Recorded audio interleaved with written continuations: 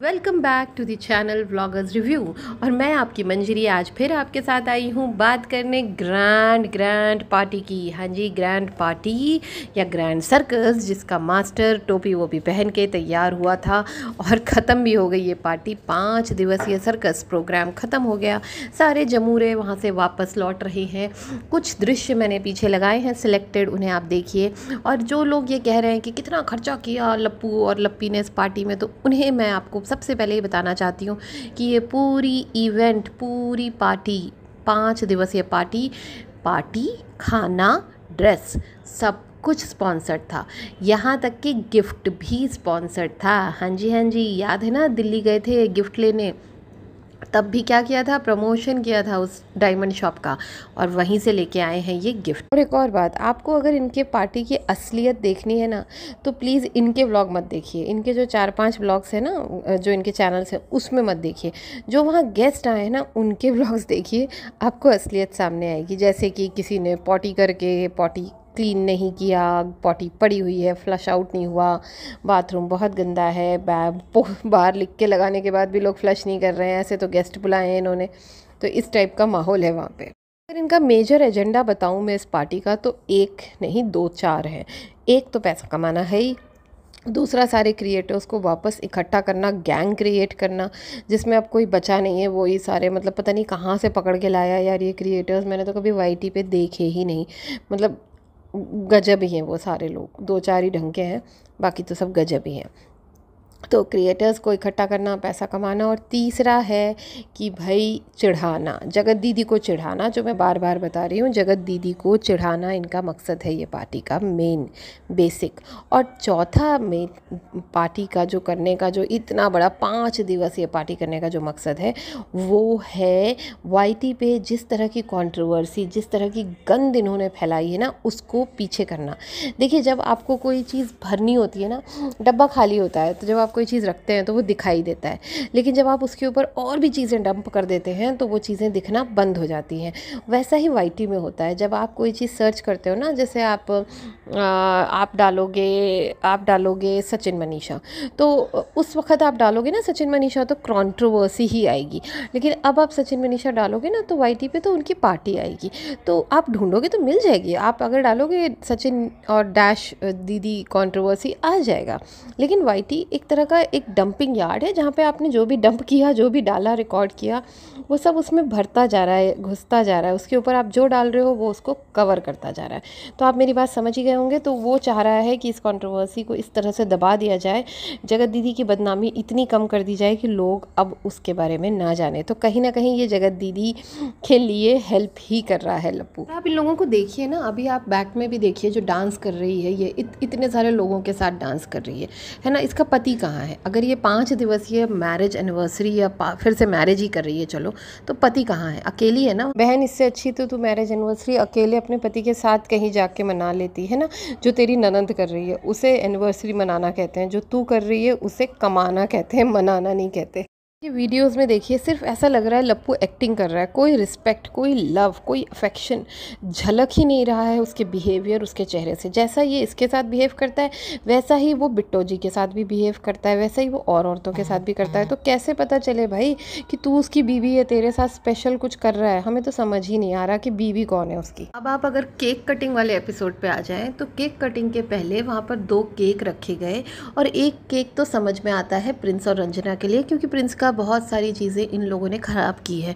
चाहे उनकी first anniversary हो, चाहे उनकी बर्थडे पार्टीज़ हो, फर्स्ट, सब कुछ इन लोगों ने ख़राब किया है अपने कंट्रोवर्सी में। तो उनका तो समझ आता है, पर बिट्टो रानी का और उनके पति की एनिवर्सरी के लिए क्यों केक मंगाया गया, वो सच में समझ में नहीं आया। भी नहीं कि सेम मंथ था, उनकी एनिवर्सरी पहले हो चुकी, मन चुकी प्रॉपरली, अब उनकी एनिवर्सरी क्यों मनाई गई?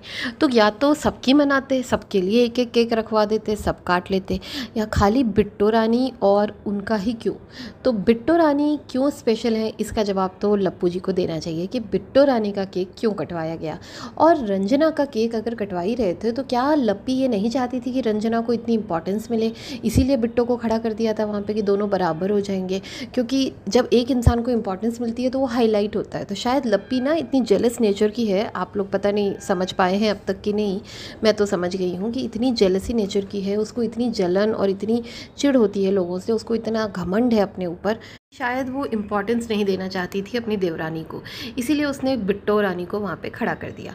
अब बात सुनिए कि केक कटा बेचारे दोनों बच्चों ने, हमारे राजकुमार जी और उनकी पत्नी ने केक काटा बेचारों ने, पहली बार अपनी मैरिज एनिवर्सरी ऐसी भिखमंगों की तरह दूसरों के पार्टी में करी सेलिब्रेट। लेकिन उनके माँ बाप वहाँ पर नहीं आए उनके लिए, वो अकेले काटे। और जैसे ही केक कटा उसके बाद जो है बच्चा जो है राजकुमार वो दौड़ा अपनी माँ को केक खिलाने। अरे देवता, जब केक कटता है एनिवर्सरी का तो सबसे पहले अपनी पत्नी या पत्नी पति को खिलाती है, ना कि भागते हैं अपनी माँ को खिलाने। या तो तेरी माँ को वहाँ खड़ा होना चाहिए था, वो तो वहाँ नहीं थी ना, तो फिर तुझे अपनी पत्नी को खिलाना चाहिए। तेरी पत्नी अकेली वहाँ स्टेज पे खड़ी है, अब सोच रही है क्या करूँ, फिर चम्मच में उठा के सोच रही है किसे खिलाऊँ। लप्पी उसे उतना भी इग्नोर, मतलब उतना भी वो नहीं दे रही इंपॉर्टेंस कि कम से कम उसका केक कटने तक उसके पास खड़े होकर उसका केक कटवा दे, ताली बजा दे, उसके लिए कुछ कर दे। उतना भी लप्पी में मैनर्स नहीं है कि पड़ी है बिट्टो रानी के साथ। फिर बेचारी पीछे से जाती है अपनी जेठानी को खिला देती है केक। मतलब कितनी ऑड सिचुएशन थी वो। जैसा करते हैं ना वैसा ही भगवान देता है। तो भगवान ने उसको दिया टेढ़ा केक, टूटा हुआ टेढ़ा केक, जिसको उसका बाप जैसे उसकी ज़िंदगी और उसके रिश्ते को संभाल रहा है, सीधा कर रहा है, वैसी केक को भी उसका बाप उसको संभालते हुए सीधा कर रहा है।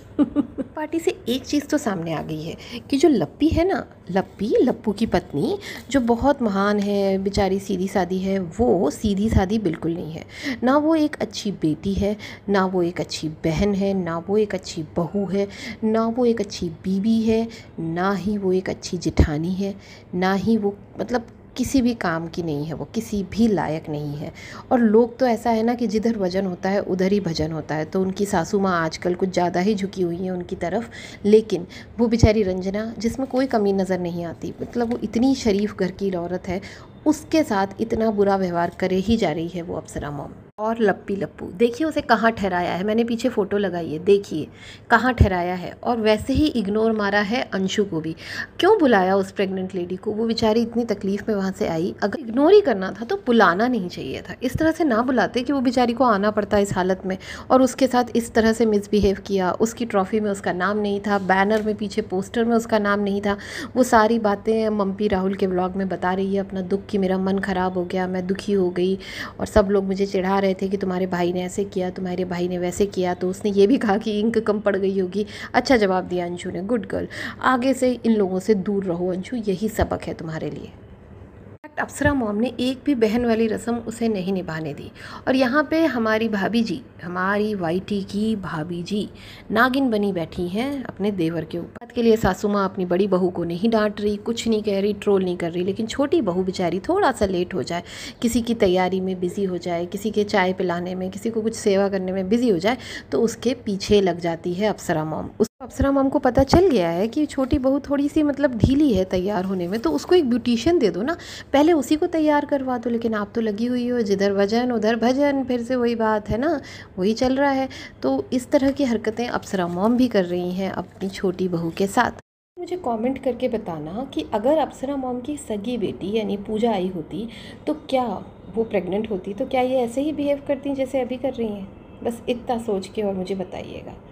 आखिरी बात बस मैं इस पार्टी की ये कहना चाहूँगी कि इस पार्टी में गिने चुने 20 या 25 लोग थे और 20-25 लोगों से भीड़ इसलिए दिख रही थी कि हर एक बंदा 2 कैमरा पर्सन लेके आया था, 2 या 1, तो 20-25 लोग वो हो गए, तो 25 उनके कैमरामैन्स लड़के हो गए, तो हो गए 50 लोग। तो ये थी उनकी क्राउड गैदरिंग, जो बहुत ग्रैंड पार्टी हुई थी ना।